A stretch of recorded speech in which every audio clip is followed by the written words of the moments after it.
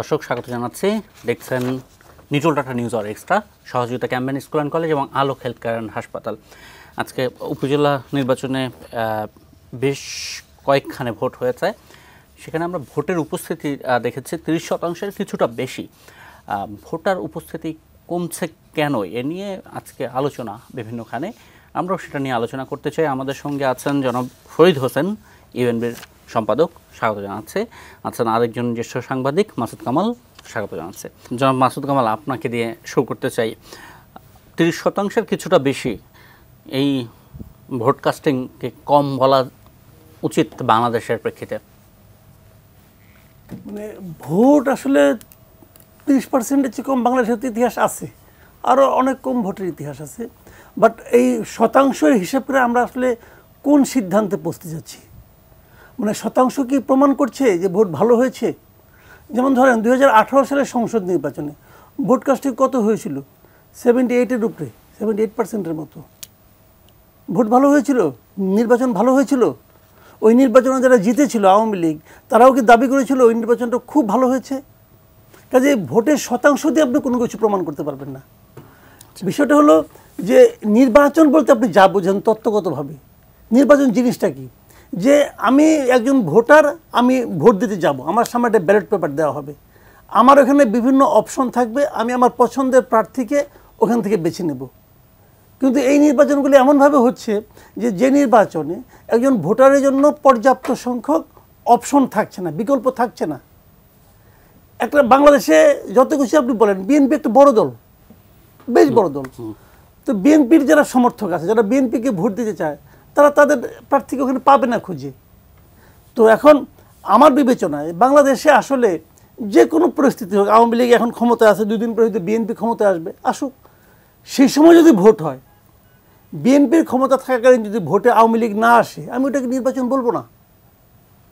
ওটা একটা selection just, নিজেদের দলের মধ্যে যে কাউন্সিল হয় অনেকটা ওই টাইপের।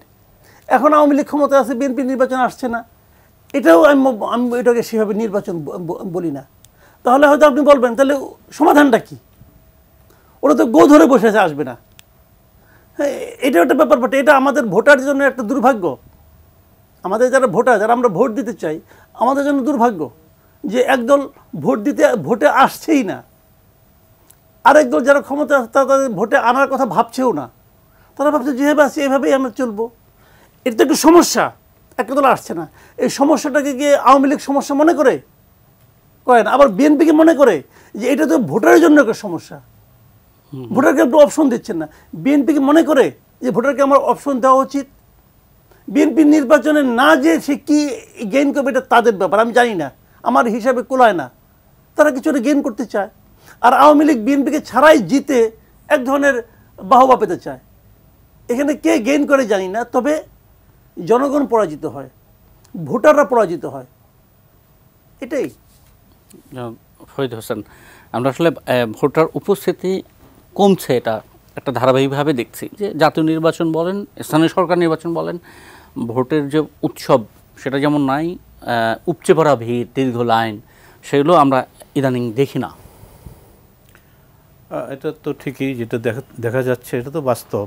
কারণ আমরা প্রথম ফেজেও বোধহয় 30 মতো, 30 আর একটু কত ছিল, আবার দ্বিতীয় পর্যায়েও আমরা একই যখন দেখছি।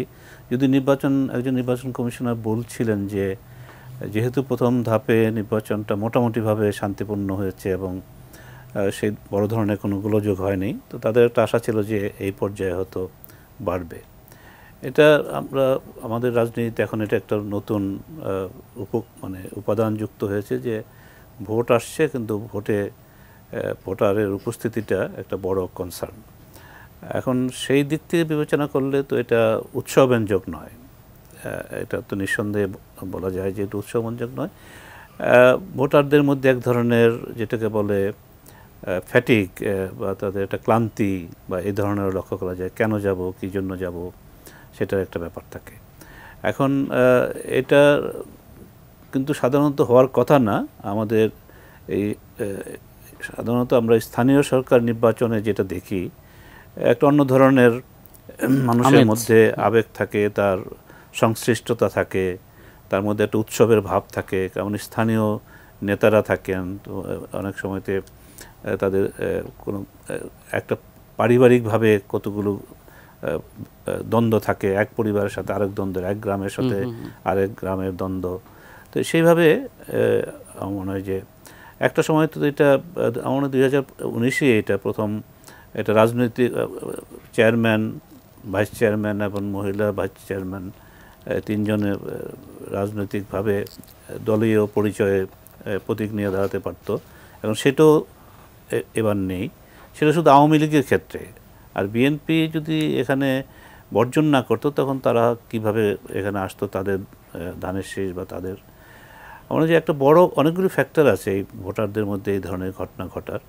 একটা বড় আমার কাছে যেটা মনে হয়েছে যে মানে আমি বলছি বড় একমাত্র নয়, যে এই যে বিরোধী দল ক্রমাগতভাবে তাদের এক ধরনের রাজনৈতিক কৌশল যে আমরা এই সরকারের অধীনে কোনো নির্বাচনে যাব না, সেটাতে তারা মানে ওইভাবেই আছে জাতীয় নির্বাচনের ক্ষেত্রে এবং উপজেলা নির্বাচনের ক্ষেত্রে, সেটাও ভোটারের উপস্থিতির ক্ষেত্রে একটা বড় ধরনের প্রভাব ফেলছে। কারণ হচ্ছে কি যে আমাদের দেশের নির্বাচন বা যে কোনো দেশের নির্বাচন যদি শক্ত প্রতিদ্বন্দ্বী না থাকে, তো সেই প্রতিদ্বন্দ্বী না থাকলে তখন ভেবেই নেই যে আমি তো বা আমার দল বা আমার প্রার্থী জিতেই যাবে। যদিও এবারে যেটা আমরা দেখতে পাচ্ছি যে অনেকটা জাতীয় নির্বাচনের মতোই আওয়ামী লীগের মধ্যেই তাদের মধ্যেই আবার প্রার্থী আছে, সেটা মানে উন্মুক্ত করা। কোনো কোনো জায়গায় আছে যে একটা উপজেলার আওয়ামী লীগের সভাপতি একজন ক্যান্ডিডেটকে সমর্থন দিচ্ছে বা তিনি নিজেই দাঁড়িয়েছেন, আবার দেখা যাচ্ছে সেই উপজেলার সাধারণ সম্পাদকও আবার তিনি প্রার্থী হয়েছেন, একজন আরেকজনের মুখোমুখি হচ্ছেন, তার নিজেদের মধ্যেই সেটা হচ্ছে।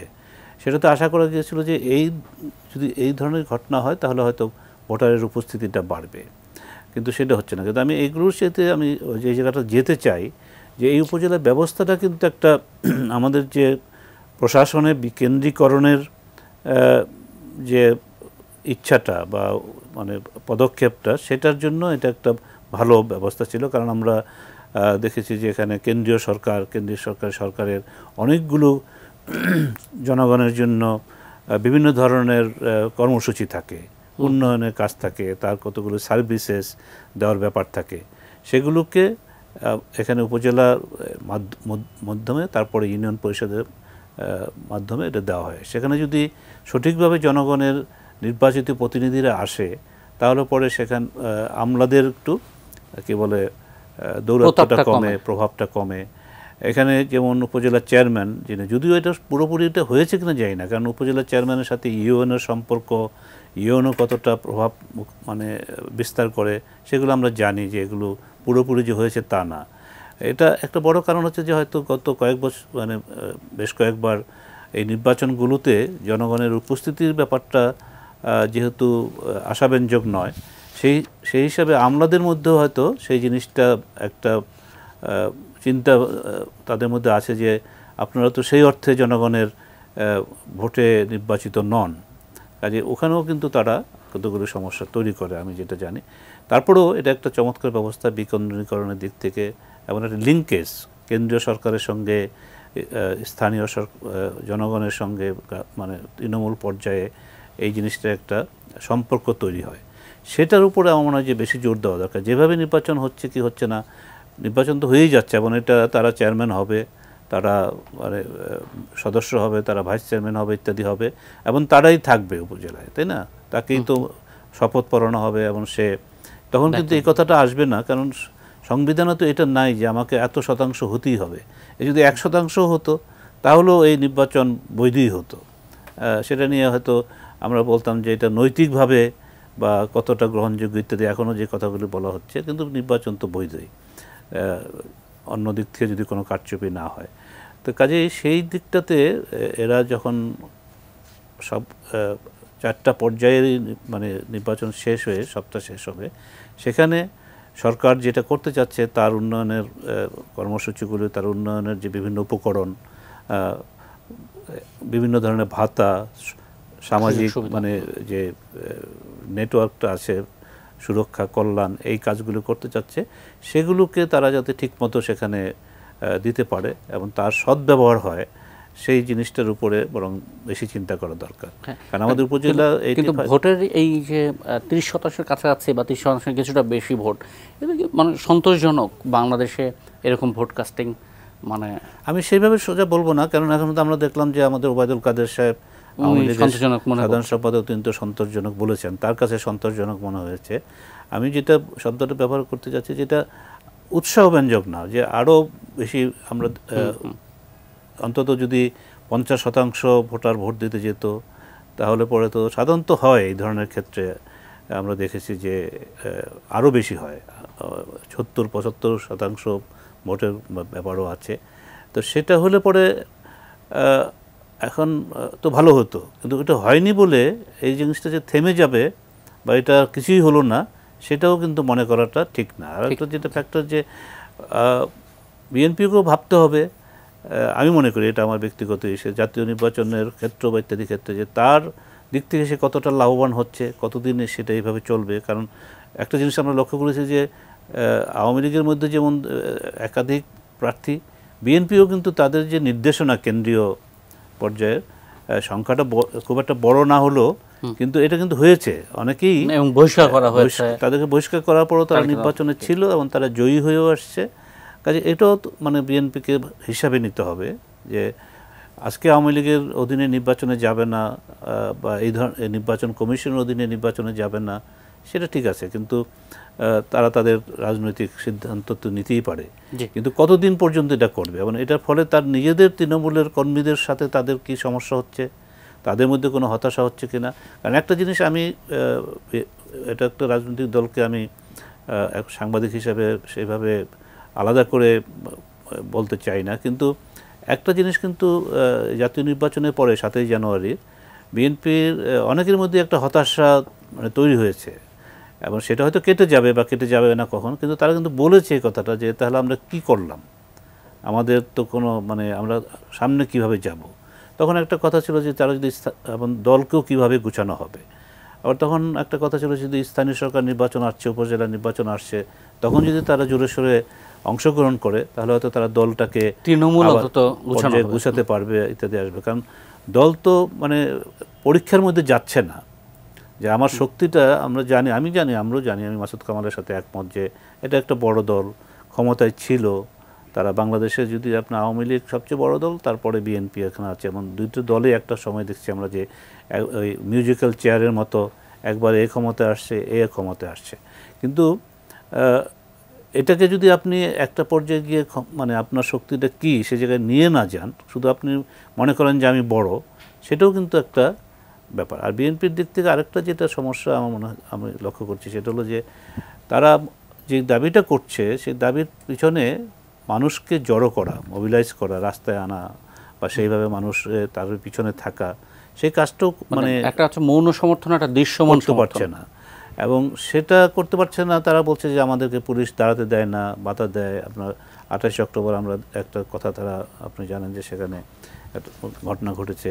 তো এগুলো মিলিয়ে কিন্তু যে কোনো দলে কিন্তু তার শক্তিটা কি সাংগঠনিক এবং জনগণের সাথে সমস্যাটা কি, এটাকে মানে সংযোগটা কি করতে হবে। আরেকটা হচ্ছে তার অল্টারনেটিভ কি দিতে চাচ্ছে সে, আওয়ামী লীগের অল্টারনেট মানে কি তার কাছে আছে, সেটাও কিন্তু মানুষ হিসাবে নিচ্ছে। কাজে সেটাও একটা কারণ যে তারাও খুব একটা সুবিধা করতে পারছে না। কাজে at the end Awami League ক্ষমতায় থাকছে, সে তার মতো করে যা করার সে মানে করতে পারছে এবং ঘুরে ফিরে তার লোকেই উপজেলা নির্বাচনে মানে জয়ী হচ্ছে। যেমন মাসুদ কামাল, এখানে আপনাকে প্রশ্ন করতে চাই যে আওয়ামী লীগ হয়তো যেমনটা ফরিদ হোসেন বলছেন যে এই উপজেলা চেয়ারম্যানরা দায়িত্ব নেবেন, তারা বেশিরভাগই আওয়ামী লীগার, তারা তাদের কাজ করে যাবেন। কিন্তু দল হিসাবে আসলে বিএনপি মানে নির্বাচন বয়কট করে, নির্বাচনটা হয়তো ভোট কাস্টিং কম হলো, দল হিসাবে বিএনপি ক্ষতিগ্রস্ত হলো কিনা আমি শুনবো। একটা বিরতি নিয়ে আসতে হবে। নিউজ টাটা নিউজ আর এক্সট্রা দেখছেন, সহযোগিতা এমএএস কোরআন কলেজ এবং আলোক হেলথ কেয়ার হাসপাতাল। ভোটার উপস্থিতি কমছে কেন, এই প্রশ্ন নিয়ে আলোচনা। একটা বিরতির পর ফিরছি।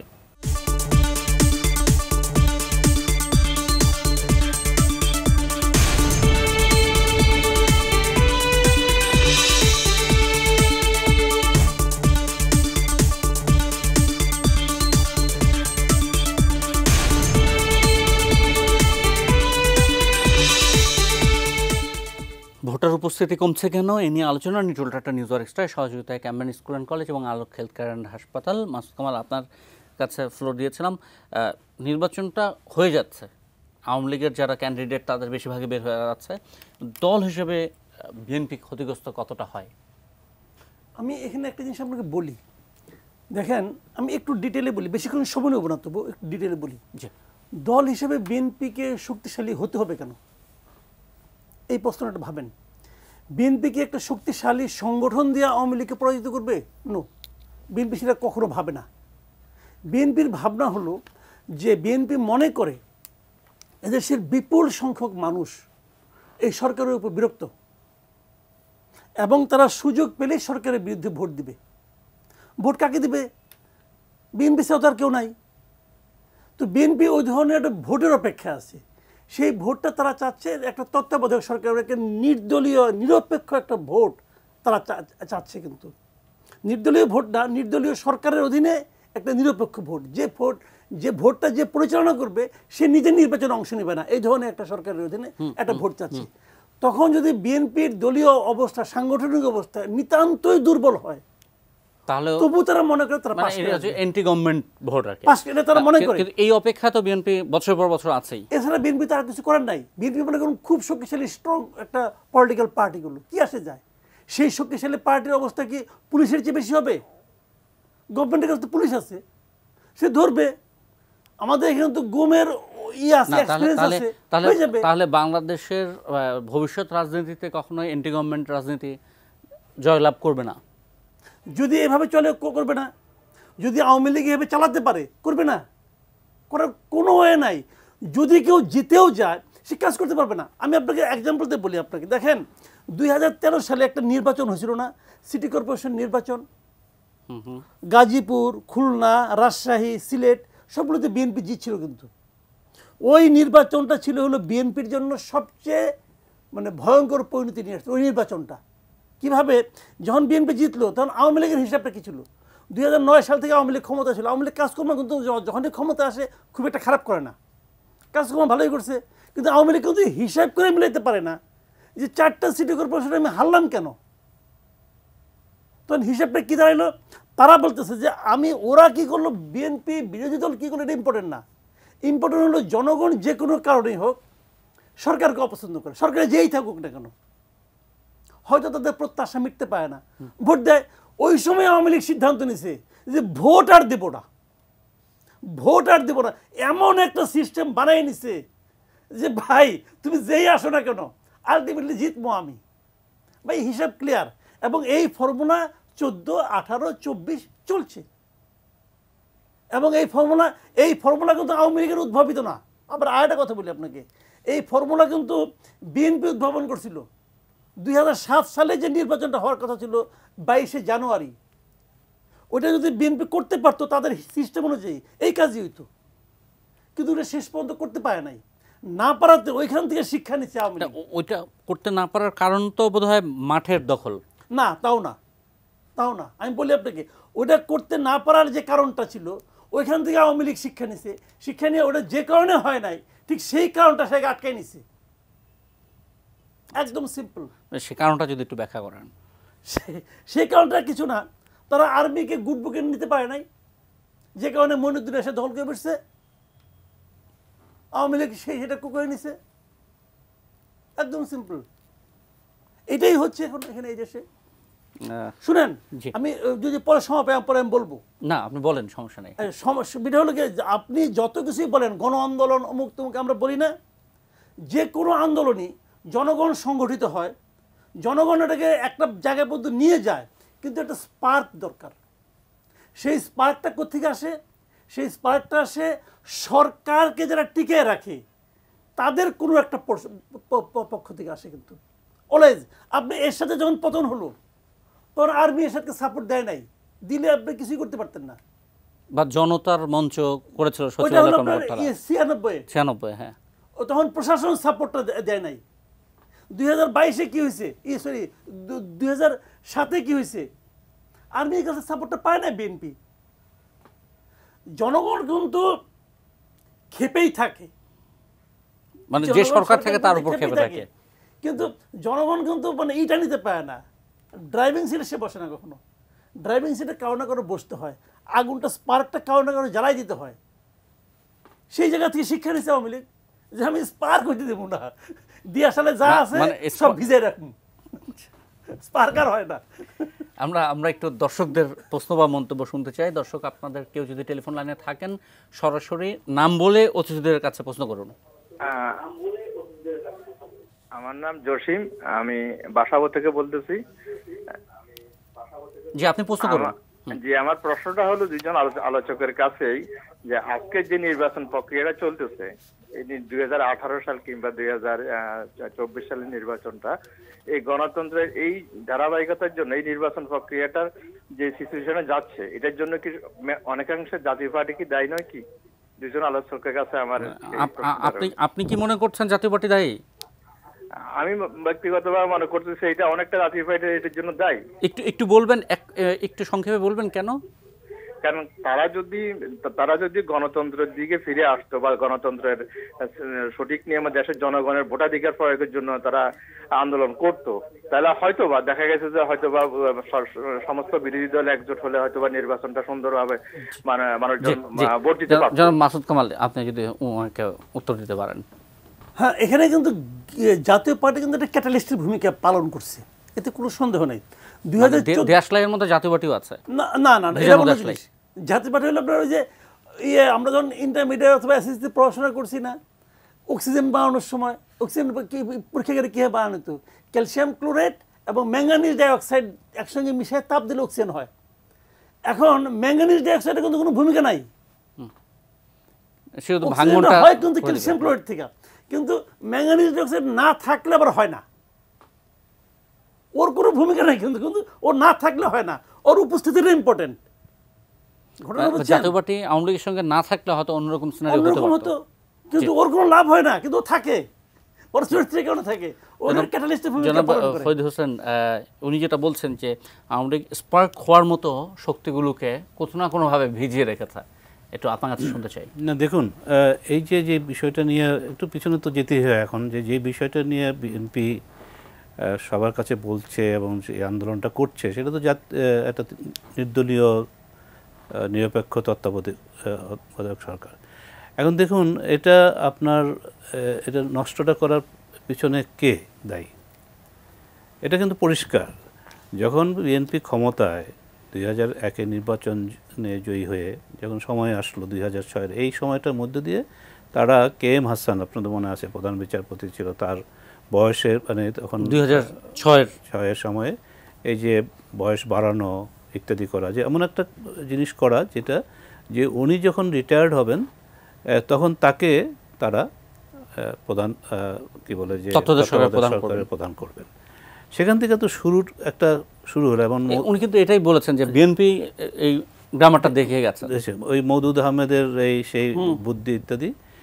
এখন তারপরে যেটা হলো, দেখুন এরপরে আপনার এটা করতে গিয়ে তারা ইয়াজউদ্দিন সাহেবের ঘটনা, আবার ইয়াজউদ্দিন সাহেব একটা তত্ত্বাবধায়ক সরকার করলেন, নিজেই তিনি সেটার প্রধান হয়ে গেলেন, একের পর এক ঘটনা ঘটালেন।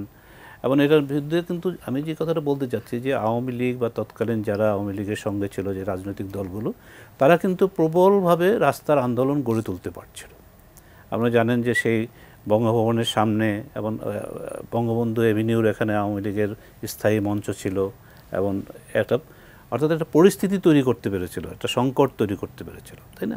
মাঠ দখল বলেন, আন্দোলন বলেন, জনগণের সাথে বলেন, যে এই জিনিসটা যেটা ইয়াজউদ্দিন সাহেব যেটা করছিলেন সেটাকে তারা বন্ধ করতে, একটা কি বলে যে আমরা যেটা বলি স্ট্যান্ড আপ তৈরি করা, সেই জিনিসটা করতে পেরেছিল। এবং এমন একটা অবস্থায় তৈরি করছিল যে সেখানে সামরিক বাহিনীর হস্তক্ষেপ ছাড়া এই জট নিরসন করা সম্ভব ছিল। আপনি বলছেন যে স্পার্কের পরিবেশটা আওয়ামী লীগ তৈরি করে দিয়েছে। অবশ্যই করেছে, যারা জনগণকে সঙ্গে নিয়ে, তাদের তো সেই শক্তি আছে।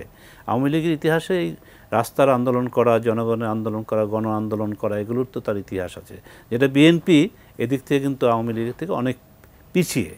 তাদেরকে বিএনপি কিন্তু দলটা যখন তৈরি হয়েছে ক্ষমতার মধ্যে থেকে, ক্যান্টনমেন্টের মধ্যে থেকে, সেটা কিন্তু তখন তারা যাদেরকে ক্ষমতায় বসিয়ে দিলে, তাদের প্রথম দিকে দেখা গেছে জিয়াউর রহমানের সঙ্গে কিছু লোক এসছে, যারা কিন্তু তাদের নিজ নিজ ক্ষেত্রে তারা কিন্তু সেখানে তাদের একটা ভূমিকা আছে, তারা দক্ষ ছিল, এরকম কয়েকজন ছিল। রাজনৈতিকভাবে আমি বলছি না এটা, যে অর্থমন্ত্রী সৈফুর রহমান মনে করেন ছিলেন, তিনি ছিলেন ভালো ছিলেন, তিনি অর্থনীতিকে উন্মুক্ত করে দেওয়া, মুক্ত অর্থনীতি করা, যেটা এখনও বাংলাদেশ একের পরে করে যাচ্ছে, সেই জিনিসটা কিন্তু করতে পেরেছিলেন। কিন্তু দলটি কিন্তু যখন বিরোধী দলে চলে যায়, ক্ষমতায় না থাকে, তখন কিন্তু আর উঠে দাঁড়ানোর মতো অবস্থা তার সেরকম থাকে না আন্দোলন করার মধ্যে দিয়ে। এখন আবার যদি ভোটে যায়, আমরা দেখেছি যে আগে ভোটে কথা বলছি যে তারা 1996-তে হারলো, 1991-তে জিতলো, 1996-তে হারলো, আবার 2001-এ তারা ফিরে এলো, ঠিক আছে। কিন্তু এরপরে যে সংকটগুলি তৈরি করলো, সেই সংকটগুলোর জন্য মূলত দায়ী হচ্ছে বিএনপি। এবং তার ওই চিন্তাটা থেকে যে আমাকে এমন একটা তত্ত্বাবধায়ক সরকারের ব্যবস্থা করে যেতে হবে, এমন একজনকে প্রধান করে যেতে হবে যে আমাকে আবার ক্ষমতায় ফিরে আনবে, সেটা সে পারলো না। ইয়াজউদ্দিন সাহেবকে দিয়েও পারলো না, ইত্যাদি না হতে হতে যেটা হলো, আপনি তো জানেন যে মঈনুদ্দিন ফখরুদ্দিনের সরকার এলো, 111 সরকার এলো। সেখানে দেখেন 2008-এর নির্বাচনে বিএনপি কিন্তু একটা তত্ত্বাবধায়ক সরকারের অধীনেই নির্বাচন করলো, এবং সেখানে তারা 33টার মতো আসন পেল। এটা কিন্তু বিএনপিকে হিসাবে নিতে হবে কেন তাদের এটা হলো। এবং সেখানে অনেকগুলো ঘটনা ছিল। একটা হচ্ছে যে এর মধ্যে ঘটে গেছে 21শে আগস্ট, তাই না? 21শে আগস্টের গ্রেনেড হামলাটা বাংলাদেশের রাজনীতিতে একটা ব্যাপক মানে বড় ধরনের পরিবর্তন মানুষের মধ্যে নিয়ে এসছে। আপনাকে এটা অস্বীকার করলে চলবে না। মানুষ কিন্তু বুঝে গেছে যে এই দলটা কি। 15 আগস্টে বঙ্গবন্ধু সহ সপরিবারের সবাইকে হত্যা করেছে, শেষ করে দিয়েছে 2 কন্যা, তার 2 বোন, আজকের প্রধানমন্ত্রী শেখ হাসিনা, পরবর্তীতে আপনার শেখ রেহানা তার বোন, তারা বেঁচে গেছেন, যেহেতু তারা জার্মানিতে ছিলেন, তারা ছুটিতে ছিলেন একটা ভ্যাকেশনের মধ্যে। কিন্তু এই পরে 21শে আগস্টে আওয়ামী লীগের পুরো নেতৃত্বকে শেখ হাসিনা সহ নিশ্চিহ্ন করে দেওয়ার যে পরিকল্পনা, এটা মানুষের মন তেমন সেটাকে আপনার সেই মানে যেইভাবে তারা এটা নিয়ে দায়িত্বহীনতা এবং কোনো রকমের কাজ না করা, সেই ধরনের ঘটনা যেটা করেছে, সেটার পরে মানুষের মধ্যে কিন্তু একটা বিরাট ধরনের পরিবর্তন এসেছে। প্রশ্ন হচ্ছে বিএনপির দল হিসেবে মানে ঘুরে দাঁড়াতে আদৌ পারবে কি, বা বাংলাদেশে তো আওয়ামী লীগের বিরোধী শক্তি বলতে বিএনপি এবং তাদের জোটকেই বোঝায়, তাদের যদি দল হিসাবে ঘুরে দাঁড়াতে হয়, মাঠ দখলের রাজনীতি করতে হয়, যেটা বলছেন যে আওয়ামী লীগ বেশি শক্তিশালী, তাহলে বিএনপির কি করা উচিত, এটা আপনার কাছে শুনতে চাই একটা বিরতি নিয়ে এসে। দর্শক, নিটল টাটা নিউজ আর এক্সট্রা দেখছেন, সহযোগিতা ক্যাম্বেন স্কুল কলেজ এবং আলোক হেলথ কেয়ার অ্যান্ড হাসপাতাল। আরেকটি বিরতি নিয়ে ফিরছি আসলে।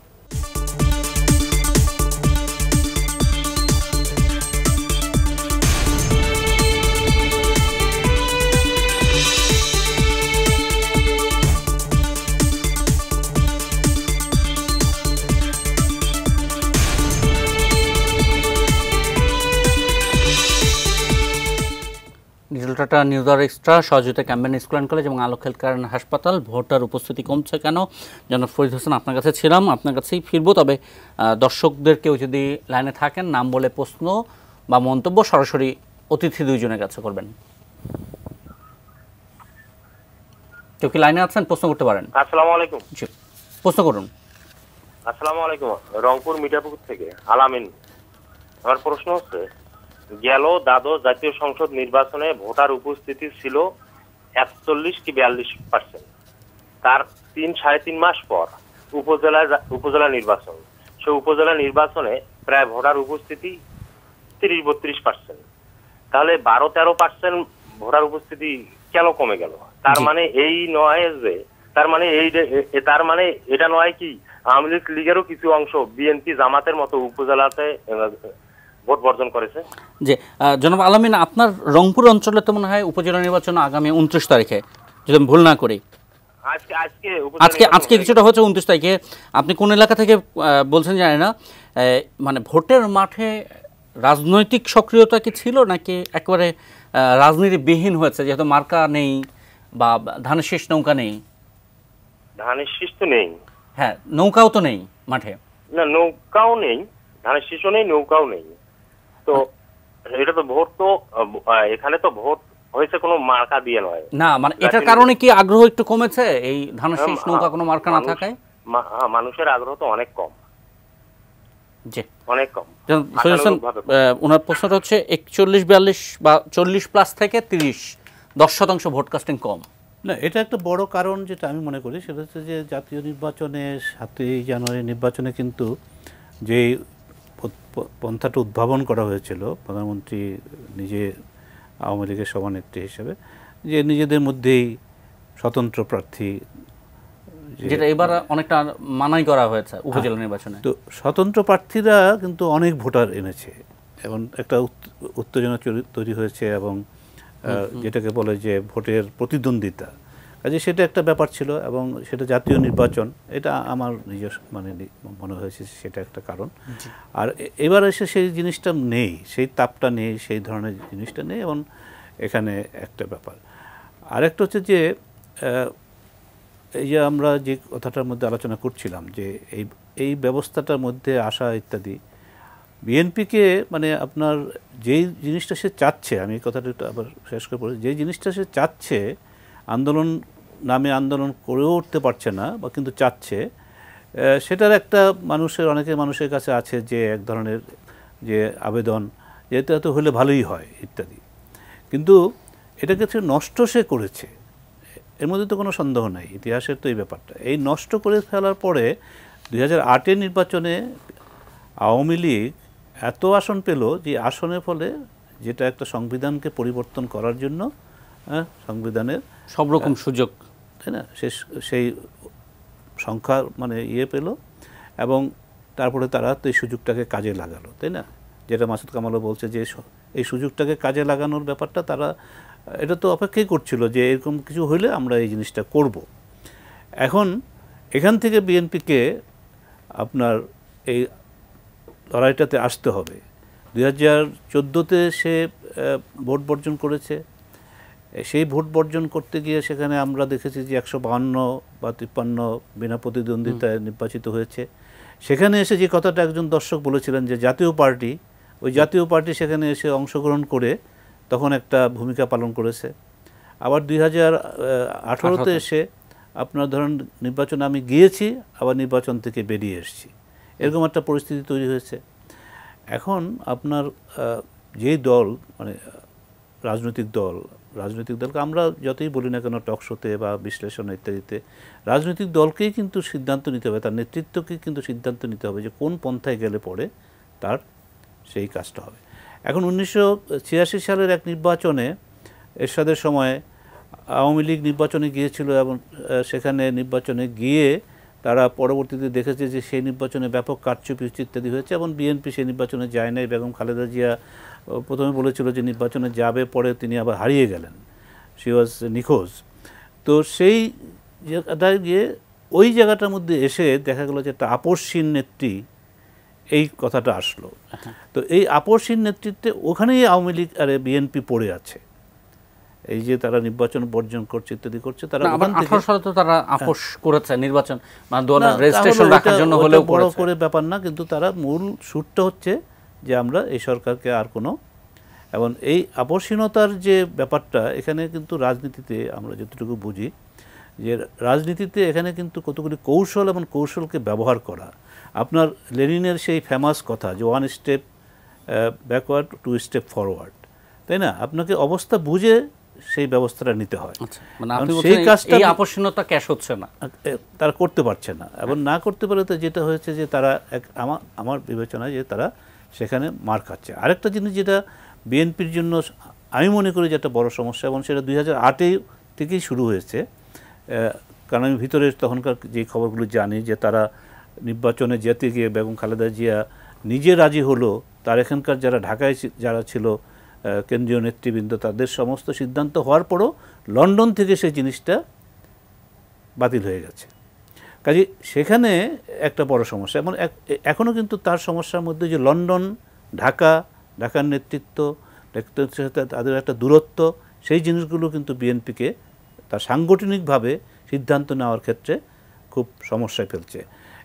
একটা ধারণা যেটা আছে যে কেন তারেক রহমান নির্বাচন বর্জনের এই নীতিটা নিয়েছে, অনেকেই মনে করেন যে বিএনপি যদি 2000 এবং সত্যিটা 2024-এর 7ই জানুয়ারি নির্বাচনে অংশগ্রহণ করত, তারা 100 সিট পেতে পারত, 120 সিট পেতে পারত, বা 140 পেতে পারত, এই অবস্থার মধ্যেও। কিন্তু এখানে একটা জিনিস যেটা তারেক রহমানের দিক থেকে, তাতে লাভটা কি?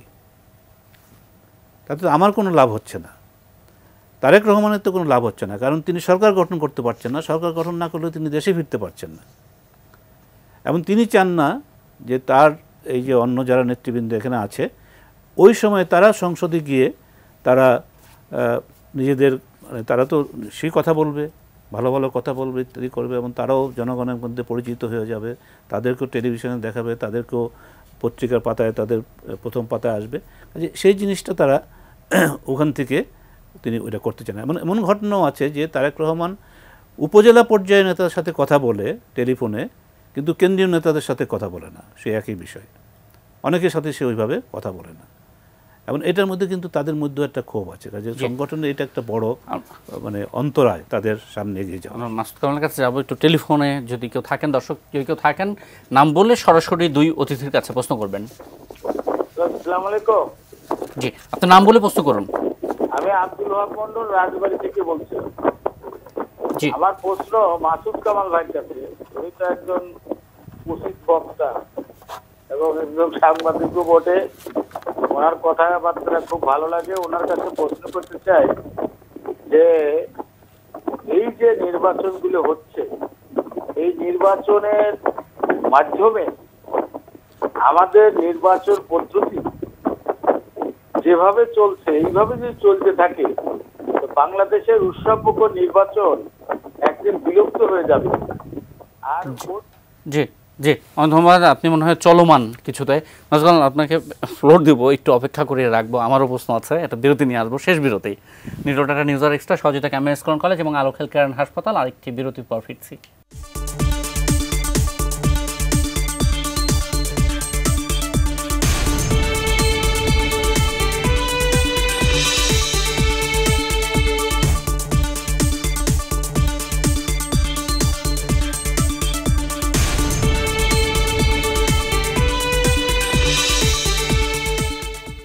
দর্শক, নিউটন টাটা নিউজ আর এক্সট্রা দেখছেন, সহযোগিতা ক্যাম্পেন স্কুল কলেজ এবং আলোক হেলথ কেয়ার হাসপাতাল। একেবারে শেষ পর্যায়ে চলে এসেছে। ভোটার উপস্থিতি কমছে কেন? দর্শকের প্রশ্ন ছিল এরকম, ভোটার উপস্থিতি কমতে কমতে বাংলাদেশের নির্বাচনটাই একসময় মানে আগ্রহের বাইরের বিষয় হয়ে যাবে কিনা। আর আমার প্রশ্ন আপনার কাছে, যেটা উনি ফরিদ হোসেন বলছেন যে বিএনপি ক্রমাগত একটা দুর্বল অবস্থা এবং মাঠ দখল করতে পারছে না। মাঠ বিএনপি দখল করলে হয়তো স্পার্ক করার মতো আইটেম পাওয়া যেত। আচ্ছা, আমি প্রথমে ওই দর্শকের কথাটা বলি। নির্বাচন আসলে উৎসবমুখর নাই এখন, এটা তো কবে হবে না হবে ভাবার দরকার নাই, এখনই নাই। উৎসবমুখরটা তখনই থাকে যখন নাকি প্রতিদ্বন্দ্বিতার একটা আভাস থাকে। আমার সর্বশেষ গাজীপুর সিটি নির্বাচনেও একটা উৎসব পেয়েছে, একটা উৎসব ছিল, এটা অন্য কারণে ছিল।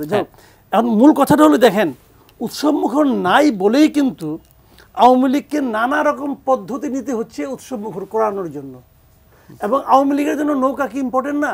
আওয়ামী লীগের সঙ্গে তো নৌকার সঙ্গে তো আওয়ামী লীগের আবেগ অনুভূতি জড়িত, কিন্তু সেই জিনিসটাকে আওয়ামী লীগকে বিসর্জন দিতে হয়েছে কেবল এটা উৎসবমুখর করার জন্য। কিন্তু আর্টিফিশিয়াল যে চেষ্টাটা, এই চেষ্টাটা কোনো খুব একটা কাজ হচ্ছে না, ওই 30% আটকে থাকছে। এটা হলো একটা প্রশ্ন। আর 2 নম্বর হলো, বিএনপি মাঠ দখল করছে না কেন, অথবা করলে কিছু একটা হতো। এটা তো আমি প্রথমেই যে কথাটা বলেছি না, মানে বিএনপিকে মাঠ দখলের কোনো উপায় নেই। বিএনপির রাজনীতি মানে কোন পর্যায়ে আছে? ওরা মাঠটা দখল করে ধরে রাখা, এই কন্টিনিউশন, মানে স্পার্কের উপযুক্ত আবহাওয়া তৈরি করা না, এটা বিএনপির চেষ্টাই কেউ না। বিএনপির মধ্যে চেষ্টা আছে বলে আমার কাছে মনে হয়। মানে কেন? মানে বিএনপির মনস্তত্ত্বটা যদি শুনেন, আমি একটা কথা আপনাকে বলি ভাই, এখন সময়টা কি আসছে? 91 চলে গেছে, 96 চলে গেছে, 2001 চলে গেছে, 2008 অথবা 9 বলি আমরা, 2009 চলে গেছে। এখন অবস্থাটা কি দাঁড়াইছে?